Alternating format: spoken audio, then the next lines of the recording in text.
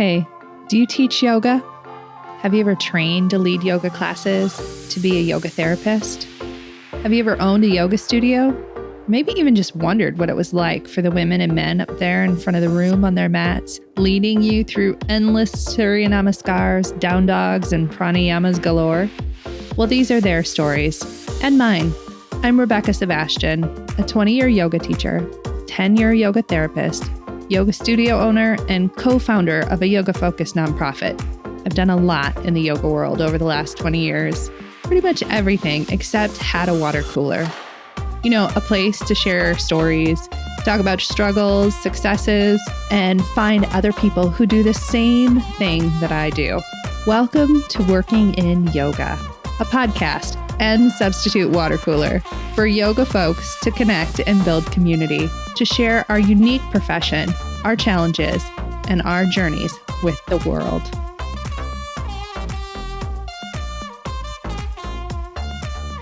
Hey friends, welcome to Working in Yoga.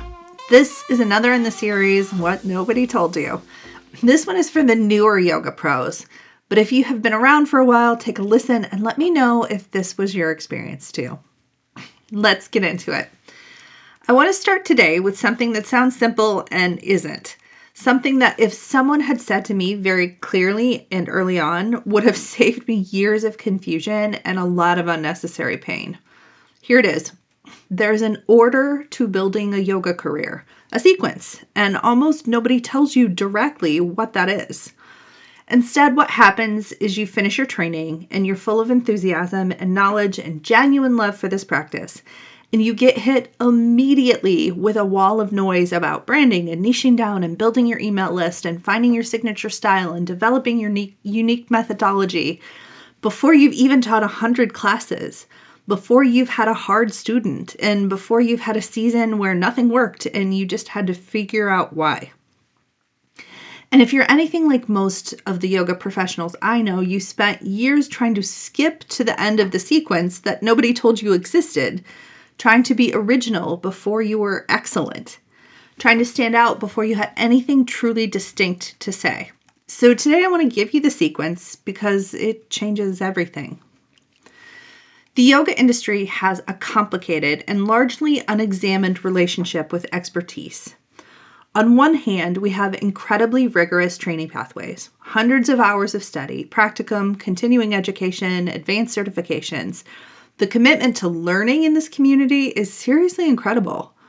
On the other hand, the cultural values of the practice, beginner's mind, non-attachment, the journey over the destination, have kind of accidentally created an environment where it's almost impolite to say that some teachers are better than others. It's where talking about getting better and teaching feels somehow at odds with being present to where you are. It's this funny thing we experience. And then social media happened.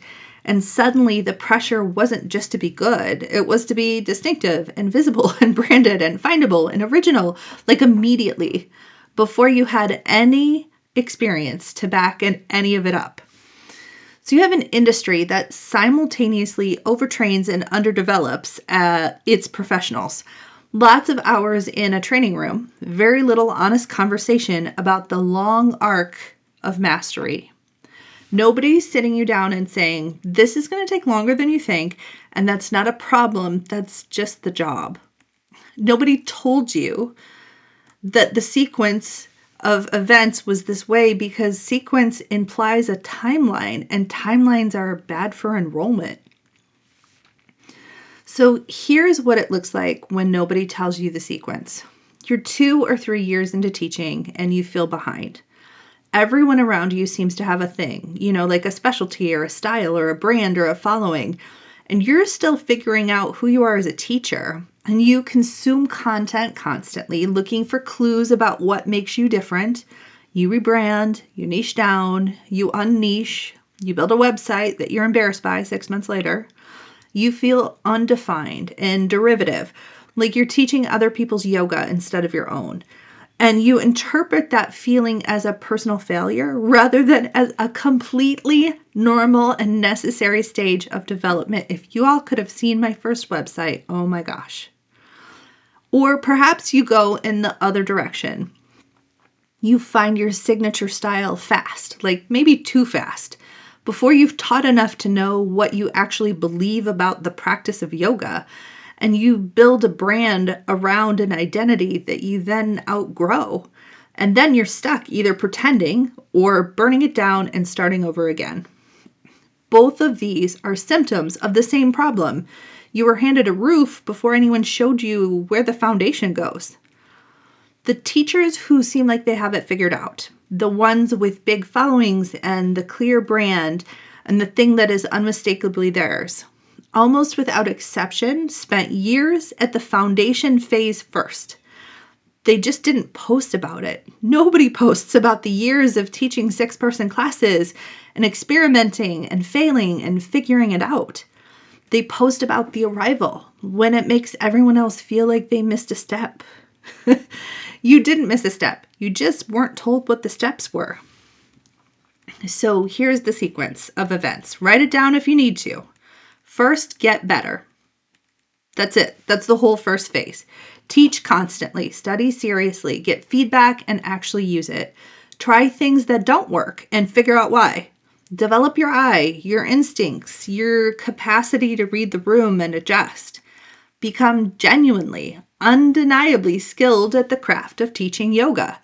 You don't have to be distinctive yet. You don't have to be original yet. Just good, like really good. This phase takes longer than anyone wants it to. Probably 3 to 5 years, honestly, of serious teaching, maybe more depending on how much you're teaching per week. And it can't be rushed, and it can't be faked, and it absolutely cannot be skipped. Second, that's after this first step, get original. And you know what? This happens naturally, not as a branding exercise like we're taught, but as an organic result of having done the first phase. When you have taught enough and studied enough and lived this work long enough, you start to develop actual opinions, actual perspectives, actual ways of seeing the practice that are yours because they came from your experience and nobody else's. That's when originality is real. That's when your voice isn't performed. It's just true. The pressure to be original before you've done the work of getting better doesn't produce originality. It produces imitation, dressed up as originality. It produces teachers who have a style before they have a substance. And audiences can feel that difference even when they can't name it. So here's what I want for you to do. I want to offer you, if you're in the getting better phase, I want to offer you the assurance that you're not behind. You're exactly where you need to be. The getting better phase is not a waiting room for your real career. It is your real career. It is the foundation that everything else gets built on. Give it the time it needs. The originality will come, I promise. It always does when the foundation is solid. Okay, give yourself permission to be in the getting better phase without apologizing for it, my friends. Seriously, it's such a sweet phase of our teaching. I adore it. Without rushing past it. Like, don't push to get past it. And don't perform an originality that you haven't earned yet.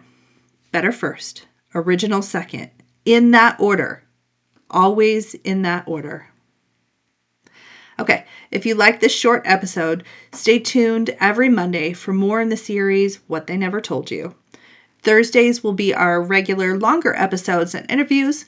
This week is part 2 with Jenna Shant and Whitney Pash. In the meantime, check out all the offerings I have available in the show notes, including issue 1 of Inside Yoga Magazine and The Back Room, a reflection space for yoga pros who want to dive deeper into what really drives their careers. I'll see you next Monday.